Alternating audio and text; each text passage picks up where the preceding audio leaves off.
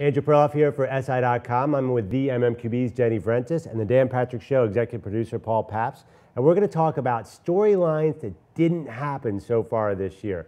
Paulie, give me a preseason storyline that hasn't panned out. Houston Texans in the Super Bowl. Now, I know the season's not over yet, but the first 2 months were brutal for the Texans. Mostly Matt Schaub.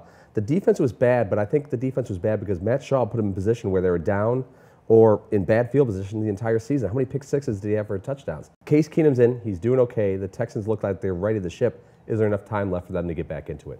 Okay, Jenny, what's your storyline that didn't pan out? You know, Chip Kelly's Eagles offense. We were, expecting this offense that was going to change the NFL. Some weeks it looks great. They put up a lot of yards. They move the ball quickly. They had those crazy signs indicating the plays from the sidelines. But other weeks it sputters, and they barely can get any points on the board. I know that quarterbacks have kind of been shuffling in and out.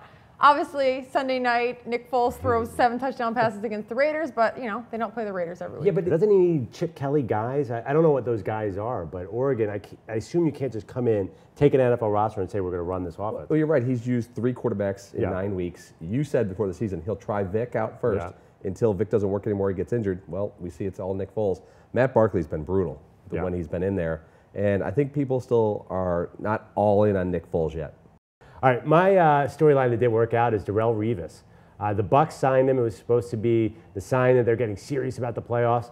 Now, it's not that they're bad. We know they're bad, but they don't use him the way they should. Now, what's their defensive scheme is not for him. They don't really need a cornerback who covers, per se.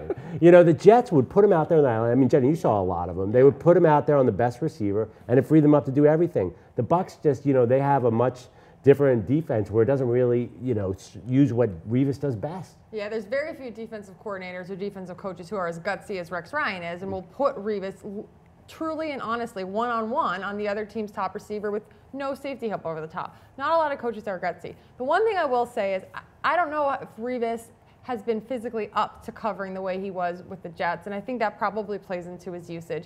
The first game back, he sat out several plays. He was still getting his stamina back. I don't think he's as healthy as he needs to be to play the style he played in New York. The question is, will he ever, really be able to fully round back into the form? Probably, but he also needs a coach to be on board with that. Well, that's the thing. He could have 9 interceptions at the halfway point, and we wouldn't be talking about it because it's such a disaster down there that it wouldn't matter what he's doing. He's kind of hidden in the back, so no one's really picking on Revis. It's all Schiano and Freeman now that he's gone, but Revis is kind of getting a hall pass for having an average year. There you have it, storylines that haven't panned out through the midseason. For Jenny Vrentas and Paul Pabst, I'm Andrew Perloff for SI.com.